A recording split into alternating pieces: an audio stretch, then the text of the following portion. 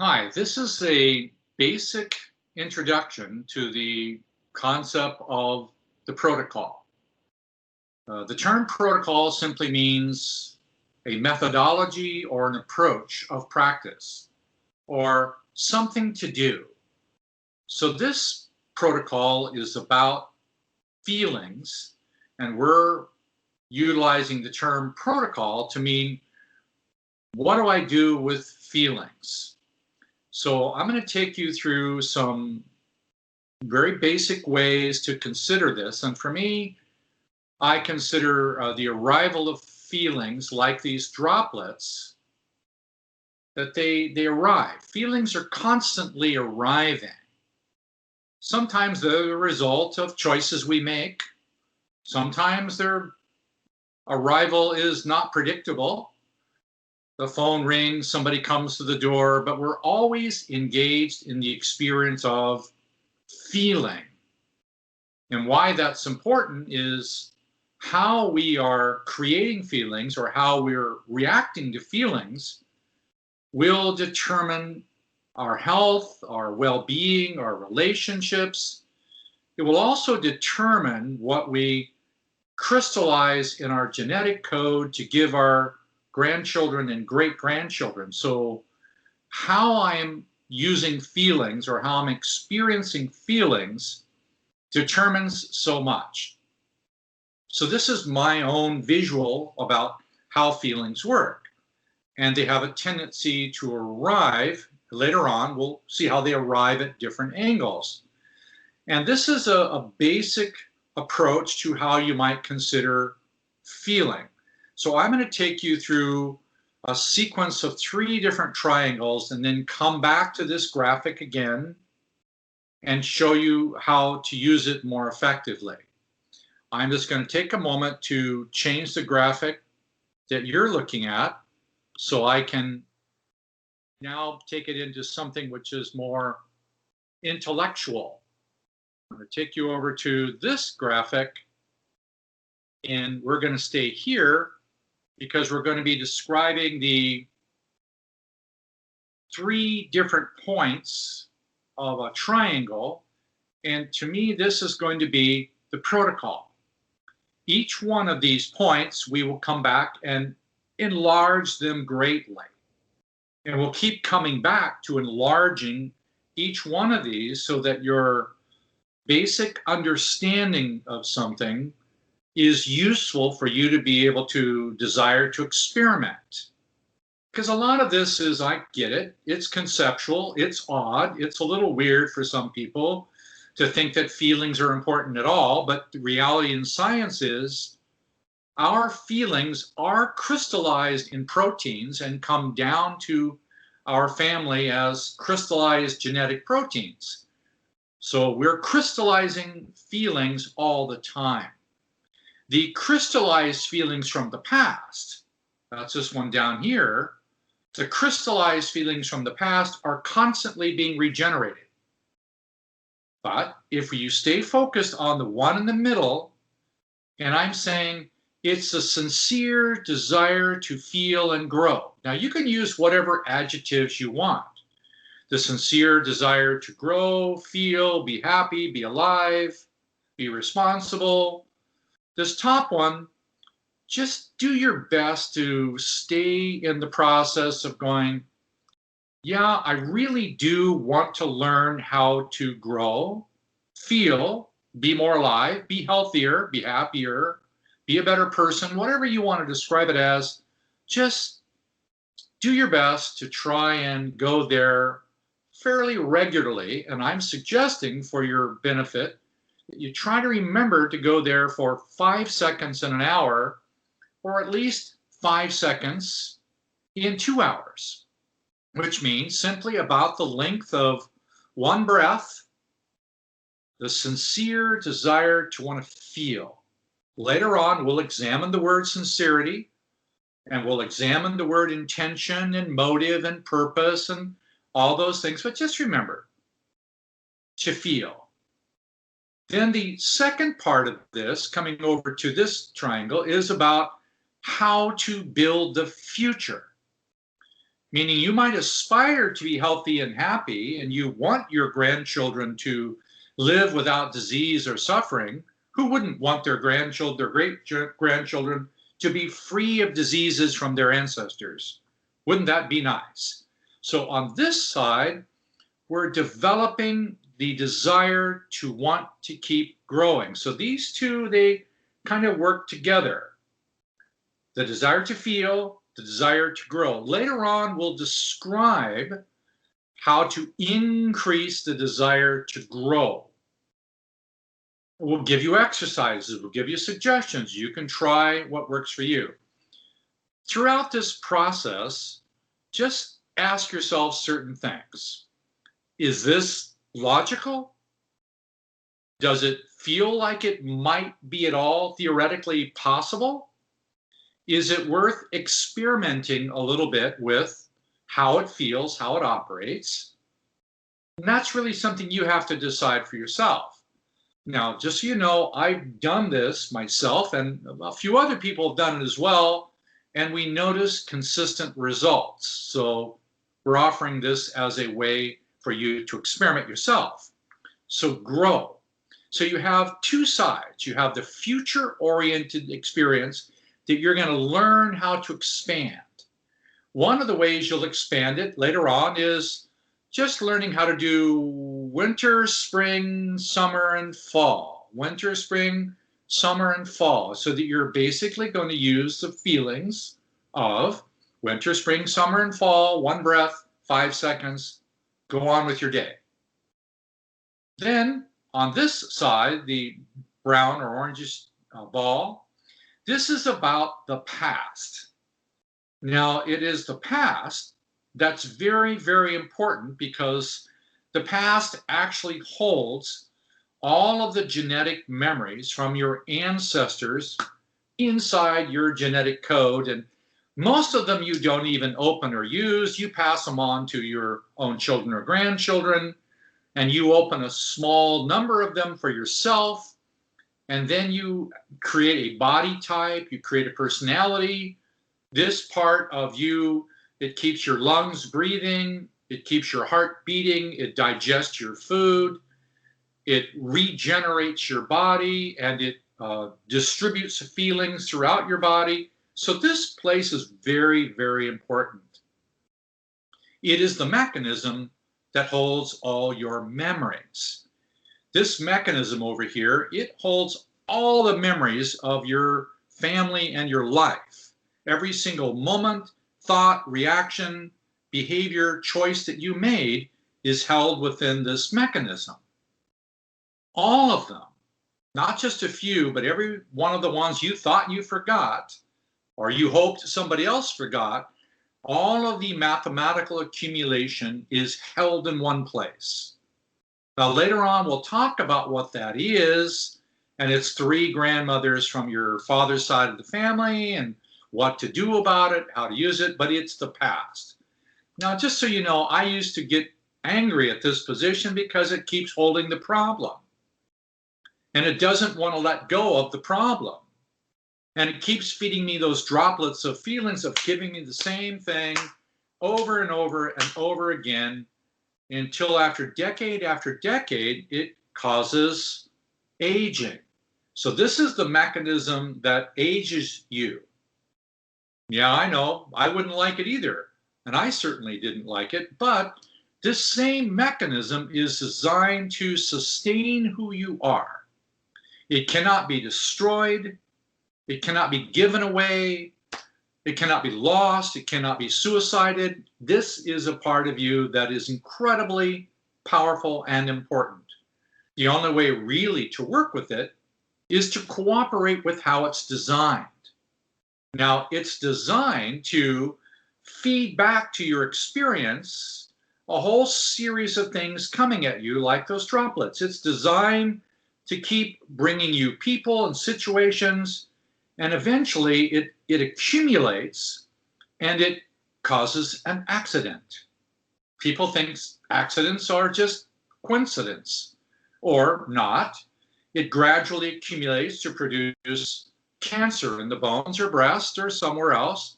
It produces heart attack, it produces stroke, and yes, this mechanism eventually accumulates pain and then basically you die. Sorry to be so blunt about that. This mechanism is very, very powerful. Now, the other mechanism, it's called free will. Yeah, go ahead and try to change your heart rate now, or change your blood type, or change your fingerprint. Go ahead and use your free will all you want, because the other one says, nah, I don't believe you at all. So the new one has to follow certain patterns before it can arrive in this location of the past. It has to have a threshold of feelings and a threshold of repetitions to become the new pattern. Now, you can call the old pattern the way we are, or the way we are in the present. How we might want to be in the future is the future-oriented one. But you might also call this your degree of love. Whatever your current capacity to give and receive love is defined in that location. Wow, that's pretty important, because when you do pass in the world, this will define your location in the spirit world. It also has defined what you send to your great-grandchildren. So yes, that one there is very, very important. So this is the basics. I realize it's a lot, but it is the basics. At the very top of this, feel, feel, feel. And by the way, no matter what you do, you can't avoid this one, because you're having a feeling all the time. It might be sadness, it might be laughter, it might be pain, suffering, loneliness. It might be anger about politics or about religion. It might be whatever it is. There would be no one even around you, and you're still having a feeling. And every single feeling is building your future and building your past. It will now become remembered inside of you. So that's why that's important. So why not experiment with the possibility of being able to feel with a purpose, or at least have an open-mindedness to consider the theory of this, and then to consider what it might be if I were to accumulate a feeling for the future. So pick a feeling you want. What one would you like? Health, happiness, well-being, whatever it is, you can pick a feeling and say, okay, I'm going to practice that feeling. Now, the challenge is the moment that you start to practice a feeling sincerely, it starts to take the old one and it starts to change it. And the old one goes, okay. You start to grow that, and it brings you a trigger. So what are we calling a trigger? Anytime you have an emotional experience, no matter where it comes from, the phone rings, your daughter comes over, she brings her boyfriend, and you don't like him, and there's a reaction, and your granddaughter calls, and this is going on, and all of the typical family dramas going on, and all of that's being stored inside of this mechanism. Wow, that's a lot of feeling, because you're doing that every day. So the moment you start to grow, you're challenging the old paradigm. So then the old paradigm is coming to you, and I'm suggesting that when you are triggered, now you get to make a huge choice in your life. Am I going to reject that new trigger in some way? Am I going to reject it by saying, it's your fault, you did this, you always do these stupid things, and your own emotional frustration is damaging you, whoever it was you're speaking to. It's damaging your grandchildren and your great-grandchildren. Just one single moment where you are projecting an angry reaction at a trigger actually makes the trigger turn around and come back again, stronger. So instead of sending the trigger back, I'm suggesting that you just experiment with, I want to be 100% responsible for every feeling I have. 100% responsible that all the feelings coming to me, no matter where they come from, my responsibility.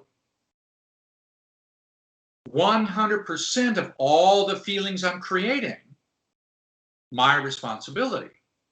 Later on, you can get an education, you can get help, you can get guidance, you can do many things, you can have psychotherapy, where somebody helps you build different kinds of feelings, but you're 100% responsible for all your feelings in the future.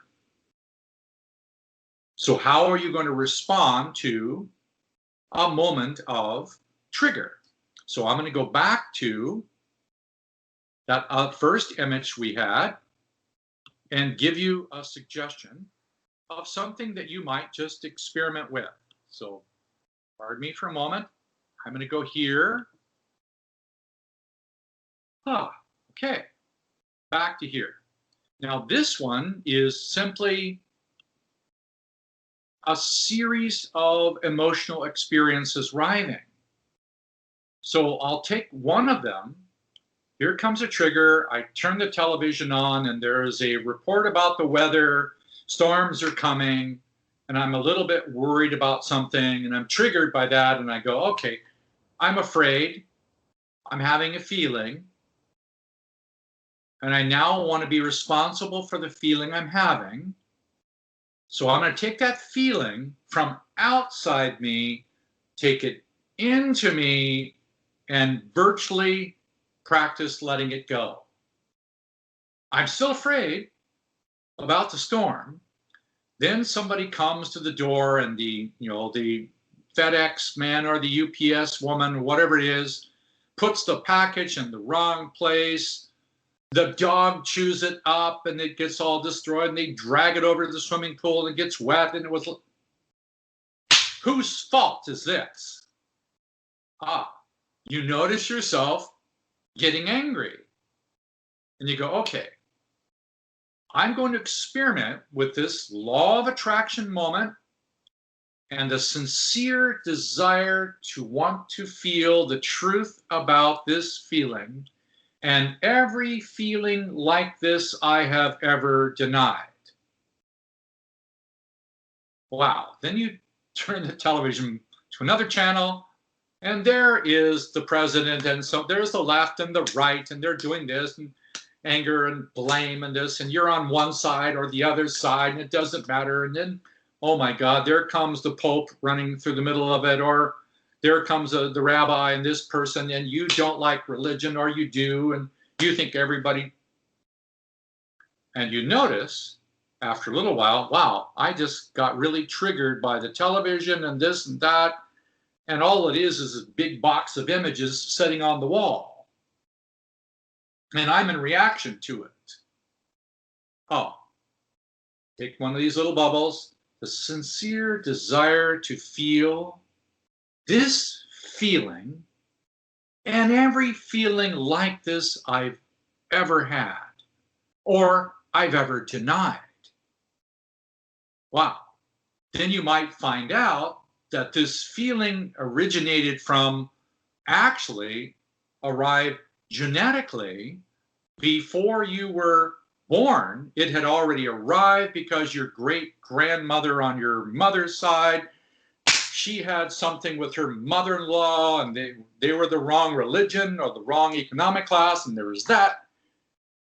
And you got it inside you. And when you turned on the television, you saw a situation that triggered that feeling. Now, if you reject that feeling, it cycles back around, causes damage inside of you. Your health, your vision, your organs, they decline in their vitality, and your great-grandchildren have your singular refusal to be responsible for your own feelings. But instead, if you go, I get it. This is an opportunity. I'm angry. What an opportunity now to feel more. I really want to be angry. Now, I know that's odd, but if you get angry, be angry. Be in your anger. Try not to kick the dog or yell at your grandkids or something, or throw a book. Try, but if you really must, then throw something inanimate like a baseball bat into a pillow or something. Just go ahead and be angry. Then use this emotional moment, because that part of your family tree is now open. You use that moment and you say, I sincerely want to know the truth about this feeling and every feeling like this I've ever known, and every feeling like this I've ever denied. And now your sincerity goes up a little bit. And then you have to ask yourself, now, why am I doing this? Why do I want to do that? Because if that's true, then there's a lot of those things inside of me, and they're dead. My great-grandparents are all dead. Why should I care about doing that? Well, the theory is you already got it. Now, it's your responsibility to let it kill you or let it guide you toward how to feel more. Because remember, your desire was to feel more, feel more, and you run into boundaries. The sincere desire to feel.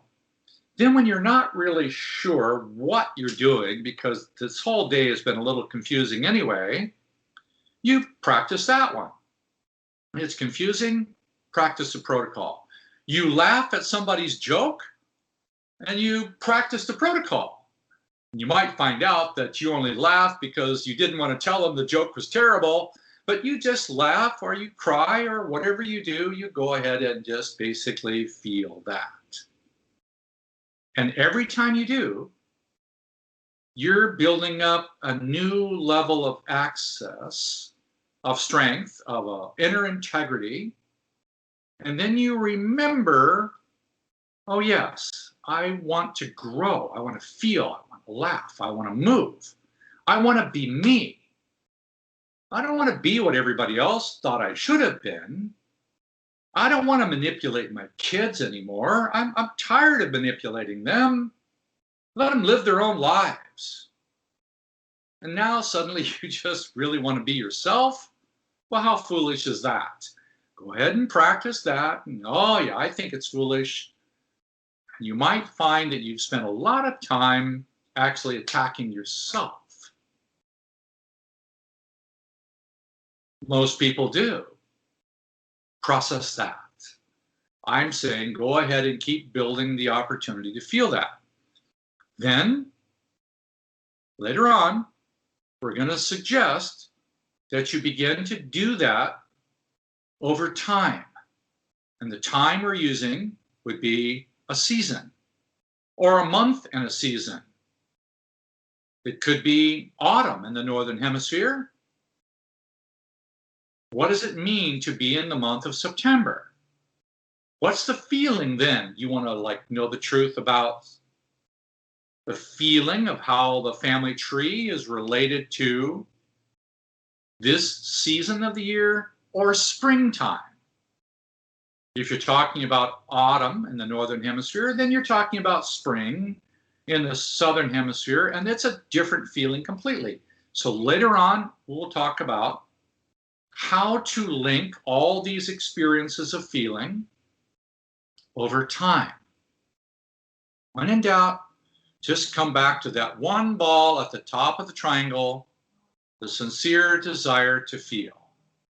Yes, this is the basics, but the basics are designed to be as simple as we can possibly make it. And should it be that you have questions on any part of this, you just want to tell me I'm not doing it right, or I should do it faster or slower, or well, you can go ahead and leave a little note in Rayid International Facebook, whatever. You can ask a question publicly or privately. Go ahead, have a feeling, experiment to see if you get somebody to respond. It may not even be me, it might be somebody else. So thank you for your patience. Enjoy having feelings. And the likelihood is sooner or later I'll see you one day in the future. Bye.